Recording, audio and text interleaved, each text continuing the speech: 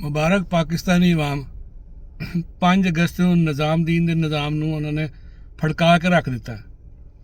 ਗੋਲੀਆਂ ਚਲਾਉਣ ਦੇ ਬਾਵਜੂਦ, ਇੰਨੇ ਜ਼ੁਲਮ, ਇੰਨੇ ਜਬਰ ਕਰਨ ਦੇ ਬਾਵਜੂਦ, ਇੰਨੇ ਲੋਕਾਂ ਨੂੰ ਪਾਬੰਦੇ ਸਲਾਸਲ ਕਰਨ ਦੇ ਬਾਵਜੂਦ ਅਵਾਮ ਨੇ 5 ਅਗਸਤ ਨੂੰ ਇਹਨਾਂ ਦਾ ਨਿਜ਼ਾਮ ਜਿਹੜਾ ਨਾ ਉਹਨੂੰ ਉਡਾ ਕੇ ਰੱਖ ਦਿੱਤਾ।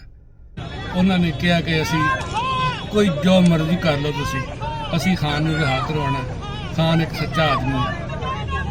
ਨਿਜ਼ਾਮਦੀਨ ਸਾਹਿਬ, ਤੁਹਾਨੂੰ ਸੋਚਣਾ ਚਾਹੀਦਾ ਕਿ ਜਦੋਂ ਇੱਕ ਆਮ ਮਜ਼ਦੂਰ, ਰੇਹੜੀ ਵਾਲਾ, ਇੱਕ ਆਮ ਕਾਰਕੁਨ ਜਿਹੜੇ ਕੋਲ ਸਫ਼ਰ ਕਰਨ ਲਈ ਪੈਸੇ ਨਹੀਂ ਹੈ, ਇੱਕ ਮਜ਼ਦੂਰ ਆਦਮੀ ਜਦੋਂ ਤੁਹਾਡੇ ਜ਼ੁਲਮ ਜਬਰ ਦੇ ਸਾਹਮਣੇ ਜਾ ਕੇ ਖਲੋ ਜਾਏ ਨਾ, ਕਵੇ ਜੋ ਕਰਨਾ ਕਰ ਲਓ, ਇਹਦਾ ਮਤਲਬ ਇਹ ਵੇ ਕਿ ਹੁਣ ਜਿਹੜਾ ਕੰਮ ਹੈ ਨਾ ਉਹ ਆਪਣੇ ਅਖੀਰ ਤੇ ਪਹੁੰਚ ਗਿਆ ਤੇ ਤੁਹਾਡੇ ਵੱਸੋਂ ਗੱਲ ਬਾਹਰ ਹੋ ਗਈ ਹੈ। ਇਸ ਗੱਲ ਨੂੰ ਤੁਸੀਂ ਵੀ ਰਿਅਲਾਈਜ਼ ਕਰੋ ਤੇ ਇਨਸਾਨ ਬਣ ਕੇ ਤੇ ਆਵਾਮ ਦੀ ਆਵਾਜ਼ ਨੂੰ ਸੁਣੋ ਤੇ ਆਵਾਮ ਦੇ ਮਸਾਇਲ ਨੂੰ ਸੁਣੋ ਤੇ ਮੰਨੋ ਤੇ ਜਿਹੜੇ ਆਪਣੇ ਜ਼ੁਲਮ ਜਿਹੜੇ ਨੇ ਨਾ ਇਹ ਹੁਣ ਬੰਦ ਕਰ ਦਿਓ।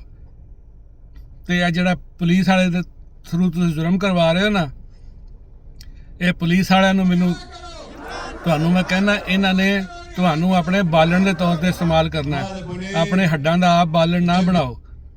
ਇਹਨਾਂ ਨੇ ਕੰਮ ਕਈ ਵਾਰੀ ਕੀਤਾ। ਇਹ ਸਾਹਿਬ ਬਹਾਦਰ ਕਿਸੇ ਦੇ ਸੱਕੇ ਨਹੀਂ। ਇਹਨਾਂ ਨੂੰ ਸਿਰਫ ਆਪਣੇ ਮਫਾਦਾਤ ਤੇ ਆਪਣੇ ਜਜ਼ੀਰੇ ਤੇ ਆਪਣੀਆਂ ਜਾਇਦਾਦਾਂ ਦੇ ਪਲਾਜ਼ੇ ਅਜ਼ੀਜ਼ ਨੇ। ਇਹਨਾਂ ਨੇ MKM ਦੇ ਖਿਲਾਫ ਵੀ ਪੰਜਾਬ 'ਚ 450 ਪੁਲਿਸ ਵਾਲਾ ਲੈ ਕੇ ਉੱਥੇ ਭੇਜਿਆ ਕਰਾਚੀ ਦੇ ਵਿੱਚ। MKM ਦੇ ਲੋਕਾਂ ਤੇ ਇਹਨਾਂ ਨੇ ਬੜੇ ਜ਼ੁਲਮ ਕੀਤੇ। MKM ਦੇ ਬੜੇ ਬੰਦੇ ਮਾਰੇ ਇਹਨਾਂ ਨੇ।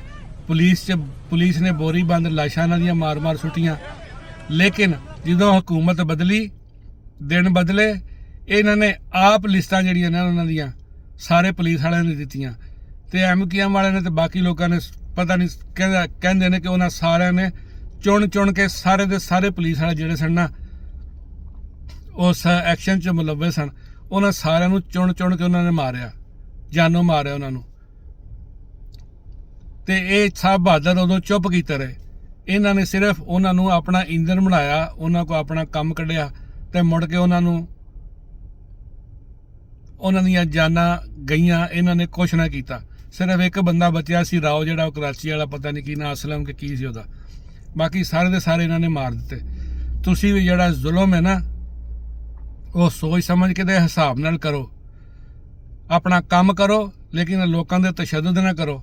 ਜਿਵੇਂ ਉਹ ਵਰਕਰ ਵਿਚਾਰਾ ਇੱਕ ਰੋ ਕੇ ਕਹਿ ਰਿਹਾ ਸੀ, ਉਹਦੇ ਨਾਲ ਉਹਨਾਂ ਨੇ ਜ਼ਿਆਦਤੀ ਕੀਤੀ। ਉਹ ਤੇਲ ਤੇ ਪਤਾ ਨਹੀਂ ਡੰਡਾ ਲਾ ਕੇ ਤੇ ਕੀ ਕੁਛ ਉਹਦੇ ਨਾਲ ਕਰਦੇ ਰਹੇ ਨੇ, ਜ਼ਿਆਦਤੀ, ਜ਼ੁਲਮ ਤੇ ਜ਼ਿਆਦਤੀ। ਉਹਦੇ ਕੋਲ 8 ਲੱਖ ਰੁਪਈਆ ਵੀ ਲਿਆ, ਫਿਰ ਉਹਨੂੰ ਜਾ ਕੇ ਛੱਡਿਆ। ਅੱਜ ਤਾਂ ਤੁਸੀਂ ਕਰਦੇ ਹੋ ਨਾ ਫਿਰ ਜ਼ੁਲਮ, ਕੱਲ੍ਹ ਨੂੰ ਹਕੂਮਤ ਬਦਲਣੀ ਹੈ। ਇਹਨਾਂ ਲੋਕਾਂ ਨੇ, ਇਹ ਸਾਹਿਬ ਬਹਾਦਰ ਨੇ ਤੇ ਇਹਨਾਂ ਦੇ ਲੋਕਾਂ ਨੇ ਤੁਹਾਡੀਆਂ ਆਪ ਲਿਸਟਾਂ ਬਣਾ ਕੇ ਇਹਨਾਂ ਨੂੰ ਦੇਣੀਆਂ ਨੇ ਕਿ ਇਹ ਜੇ ਤੁਹਾਡੇ ਮੁਜਰਮ, ਅਸੀਂ ਕੁਝ ਨਹੀਂ ਕੀਤਾ, ਇਹਨਾਂ ਨੇ ਜ਼ੁਲਮ ਕੀਤਾ ਲੋਕਾਂ ਤੇ। ਇਸ ਲਈ ਤੁਸੀਂ ਆਪਣੀਆਂ ਜਾਨਾਂ ਦਾ ਜ਼ੁਲਮ ਨਾ ਕਰੋ। ਇਹ ਤੁਸੀਂ ਆਪਣੀਆਂ ਜਾਨਾਂ ਦਾ ਜ਼ੁਲਮ ਕਰਦੇ ਹੋ ਪਏ, ਆਪਣੀ ਕਬਰ ਵੀ ਅੰਗਾਰਿਆਂ ਨਾਲ ਭਰਦੇ ਹੋ ਪਏ। ਖੁਦਾ ਦਾ ਨਾਮ ਮੰਨੋ ਤੇ ਜਿਹੜੀਆਂ ਗ੍ਰਿਫਤਾਰੀਆਂ ਇੰਝ ਕਰਦੇ ਹੋ ਨਾ, ਤਸ਼ੱਦਦ ਤੇ ਜ਼ੁਲਮ ਨਾ ਕਰੋ। ਜਿੰਨਾ ਕੁ ਤੁਹਾਨੂੰ ਕਿਹਾ ਜਾਂਦਾ ਓਨਾ ਕਰੋ। ਆਪਣੀਆਂ ਜਾਇਦਾਦਾਂ ਦੇ ਆਪਣੇ ਮਾਲ ਨਾ ਬਣਾਓ ਲੋਕਾਂ ਨੂੰ ਫੜ ਕੇ। ਤੁਸੀਂ ਗਰੀਬ ਲੋਕਾਂ ਨੂੰ ਜਿਵੇਂ ਫੜ ਕੇ ਤੇ ਉਹਨਾਂ ਕੋਲ ਪੈਸਾ ਲੈਂਦੇ ਹੋ ਨਾ, ਇੱਕ ਬੰਦਾ ਵਿਚਾਰਾ ਉੱਥੇ ਦਿਹਾੜੀਦਾਰ ਮਜ਼ਦੂਰ ਉਹਨੂੰ ਫੜ ਕੇ ਲੈ ਜਾਂਦੇ ਨੇ, ਮਾਰ ਕੇ ਤਸ਼ੱਦਦ ਕਰਕੇ ਉਹਨਾਂ ਦਾ ਵਿਚਾਰਿਆਂ ਦਾ ਬੁਰਾ ਹਾਲ ਕਰ ਦਿੰਦੇ ਨੇ। ਇਸੇ ਤਰ੍ਹਾਂ ਤੁਸੀਂ ਜ਼ਿਲ੍ਹੇ ਸ਼ਾਹ ਨੂੰ ਮਾਰਿਆ। ਹੁਣ ਤੁਹਾਡੇ DIG ਨੂੰ ਖਾਬ 'ਚ ਆਉਂਦਾ, ਉਹ ਕਹਿੰਦਾ ਕਿ ਤੂੰ ਮੈਨੂੰ ਦੱਸ ਮੈਨੂੰ ਕਿਉਂ ਮਾਰਿਆ। ਇਹ ਤੇ ਹੁਣ ਤੁਹਾਡੀਆਂ ਹਾਲੀ ਇਹ ਉਹ ਜ਼ਿੰਦਗੀ 'ਚ ਖਾਬ ਆ ਰਹੇ ਨੇ ਨਾ। ਤੇ ਯਾਦ ਕਰੋ ਜਦੋਂ ਕਬਰ ਦੇ ਵਿੱਚ ਰੱਬ ਨੂੰ ਹਿਸਾਬ ਦੇਣਾ ਪੈ ਗਿਆ ਤੇ ਕੀ ਕਰੋਗੇ। ਇਸ ਲਈ ਜਿਹੜਾ ਨਾ ਇਹ ਖਾਨ ਦੇ ਵਰਕਰਾਂ ਦੇ ਨਾਲ ਖਲੋਵੋ। ਉਹ ਤੁਹਾਡੇ ਬੱਚਿਆਂ ਦੇ ਮੁਸਤਕਬਲ ਲਈ ਜੰਗ ਲੜਦਾ ਪਿਆ। ਉਹਨੂੰ ਜ਼ਾਤੀ ਕੋਈ ਮਫਾਦ ਨਹੀਂ ਕਿ ਖੁਦਾ ਦਾ ਖੌਫ ਕਰੋ।